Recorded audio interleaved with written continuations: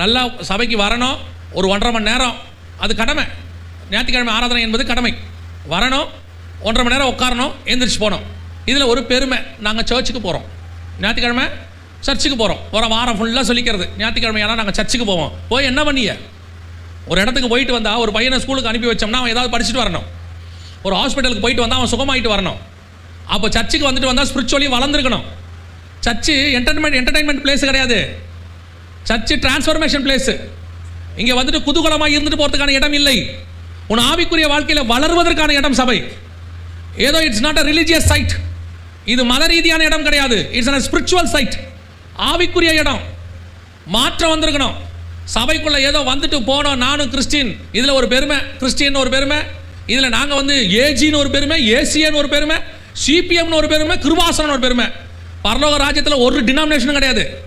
பரலோக ராஜ்யத்தில் என்ன சொல்ல போகிறாங்க? ஏசியை ரைட்டில் வா, ஏஜி லெஃப்ட்டில் வா, சிபிஎம்மா நீ யூட்டன் போட்டு பின்னாடி உட்காரு, அப்படியா சொல்ல போகிறாங்க?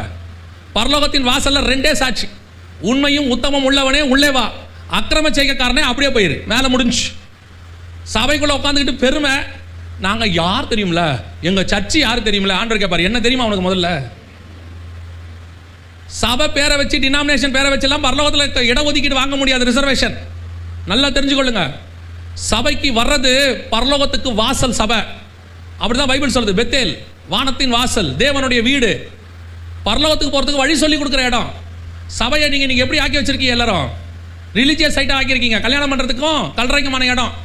எனக்கு கவலை இல்லைப்பா, எங்கள் பாஸ்டர் இருக்கிறார், எப்படியும் எனக்கு அடக்காரதை நடத்திடுவார். வருகை வந்தால் கூட அவர் போகக்கூடாது, உங்களுக்கு அடக்காரம் நடத்திட்டு தான் போகணும். அதில் ஒரு ஆசை வேறு, அவரையும் போக விடுறதில்ல. நான் எப்பவும் சொல்லுவேன், இந்த எவாஞ்சலிஸ்ட்டை விட பாஸ்டர் நிலமை ரொம்ப கவலைக்கிடும். ஏன்னா இப்போ நான் பேசிட்டு போயிடுவேன் 3 நாளில், அவருக்கு ஒரு கொண்டு போய் கானானில் சேர்க்குற வரைக்கும் பொறுப்பு இருக்குது இந்த பாஸ்டர்ஸ்க்கு. இவன் இத்தனை பையனும் போகிறானோ இல்லையோ, மோசையாக போக விட மாட்டான், அதான் ரொம்ப முக்கியம். நிறைய பேர் பாஸ்டரே போட மாட்டான். பாஸ்டர், நீங்கள் என்னை அனுப்பி வச்சுட்டு தான் போகணும், என்னுடைய ஆசையே என்ன தெரியுமா, என் அடக்காராதையும் நீங்கள் தான் நடத்தணும். ஏமா நீ கைவிடப்பட்டா இருந்து நடத்துங்க.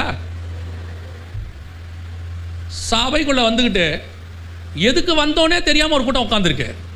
ஏன் வந்தோன்னு ஒரு கூட்டத்துக்கு தெரியாது. நல்லா வர்றது, நல்லா ஒரு செவுறு பக்கமாக இருக்கிற ஒரு சேரை பிடிச்சிக்கிறது, வந்த உடனே சாயறது. முடியும் போது சபையில் ஒரு அலாரம் வச்சுருக்காங்க, என் ஆத்மாவே கத்தரை சோத்தரி. அது அலாரம் ஃபிக்ஸ் பண்ண மாதிரி முடிஞ்சவொடனே முழிக்கிறான். முடிஞ்சிருச்சா? எப்படி வரலாது போவிய? நினையாத நாளையில் வருவார் மனுஷகுமாரனா, முடிகிற நேரம் வந்து போச்சு, கடைசி நிமிஷத்தில் நிற்கிறோம். 1ஆம் வருகை வந்தபோது எப்படி யூதர்கள் அவரை விட்டு விட்டார்களோ, அதே மாதிரி 2ஆம் வருகை வரும்போது சபை விட போகுது. ஏன்னா சபைக்கு இன்னும் வசனத்தில் சொல்லப்பட்ட எதுவுமே தெரில. சபையை பொறுத்த வரைக்கும் என்ன, 1.5 மணி நேரம் 2 மணி நேரம் ஜாலியாக ஆராதிச்சுட்டு அப்படியே கொஞ்சம் நேரம் உட்காந்து செய்தி கேட்டுட்டு அரை தூக்கத்தில் கேட்குறான். போகும்போதே டிசைட் பண்ணிட்டு வரான். சபைக்கு 11 மணிக்கு ஆராதனை முடியும், போகும்போதே நம்ம பிரியாணிக்கு போயிடுவோமா, இன்னும் கொஞ்சம் பேர் வரும்போதே சிக்கன் 65 பவுடரை போட்டு வச்சுட்டு வர்றது. அரை மணி நேரம் பாஸ்டர் லேட் ஆக்கினா, ஐயோ பூனை சாப்பிட்ருமே, பாஸ்டர் லேட் ஆக்குறாரு, ஆண்டவரே அவர் வாய்க்கு காவல் வையுன்னு உட்காந்து ஜோம் பண்ணுறதுங்க. எப்படி வரலாது போவியா? எப்படி போவீங்க? கவனிச்சு கொள்ளுங்க. சபையில் இருக்கிற நாங்களோ ஊழியக்காரங்களோ சபையோ கையை பிடிச்சிலாம் கொண்டு போய் உள்ளே விட மாட்டோம். நிறைய பேர் நினச்சிட்டு இருக்கிறாங்க, இந்த சபையில் இருந்தால் கண்டிப்பாக பரலோகத்துக்கு போயிடலான்னு. அதெல்லாம் கிடையாது. எந்த சபையில் இருந்தாலும் பரலோகத்துக்கு கன்ஃபர்மேஷன் கிடையாது. நீங்கள் ரெடியானால் மட்டும்தான் பரலோகத்துக்கு போக முடியும். புரியுதா? உங்கள் உள்ளான மனுஷன் ரெடி ஆகணும். சிலருக்கு இந்த ஊழியக்காரன் தெரிஞ்சு வச்சுக்கிறதுல ஒரு பெருமை, எனக்கு அவரை தெரியும், எனக்கு இவரை தெரியும். தெரிஞ்சுக்கோங்க. என்ன இப்போ உள்ளே போகும்போது ஃபோட்டோலாம் எடுத்துகிட்டு வா, ஆல்பம் கொண்டு வா, நீ யார் யார் கூட ஃபோட்டோ எடுத்திருக்க? ஓ நீ 15 பேரோட ஃபோட்டோ எடுத்திருக்கியா, நீ உள்ள நீ நான் 14 ஃபெயிலு அப்படியா சொல்ல போகிறாரு. அதில் ஒரு பெருமை, எனக்கு அவரை தெரியும். அதில் வேற ஃபோன் பண்ணி நான் எப்போ ஃபோன் பண்ணாலும் அவர் எடுப்பார், வேலை இல்லாமல் இருக்காருன்னு அர்த்தம். அதில் ஒரு பெருமை. அந்த பாஸ்டர் நான் எப்போ ஃபோன் பண்ணாலும் எடுப்பார், ஃபோன் பண்ணி வேற அதில் ஒரு பெருமை காட்டுறது. இப்போ நான் பண்ணுறேன், அவர் எடுப்பார் பாருங்களேன்.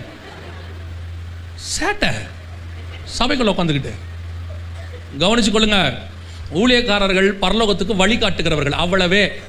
உங்களை கையை பிடிச்செல்லாம் கூட்டிகிட்டு போயெல்லாம் விட முடியாது. பைபிளில் சொன்னதையும் ஆவியானவர் சொல்கிறதையும் கேட்டு தயாரானீங்கன்னா பரலோகத்துக்கு போகிறதுக்கு கன்ஃபார்ம் ஆவிய. இல்லை இதே நிலைமை இருந்தால் ரொம்ப கவலைக்கிடும்.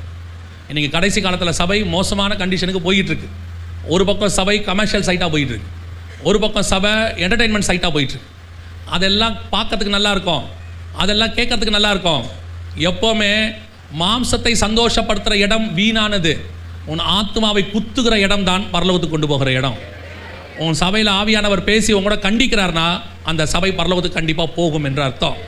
வெறும் ஜாலியாக பேசி என்டர்டெயினாக பேசி உன்னை ஜாலியாக பண்ணி அனுப்புகிறானா ஏதோ மிஸ்டேக் இருக்குன்னு அர்த்தம். ரொம்ப கேர்ஃபுல்லாக இருந்து கொள்ளுங்கள். ரொம்ப சீக்கிரத்தில் நம்முடைய ஆண்டவர் வரப்போகிறார். இனி காலம் செல்லாது.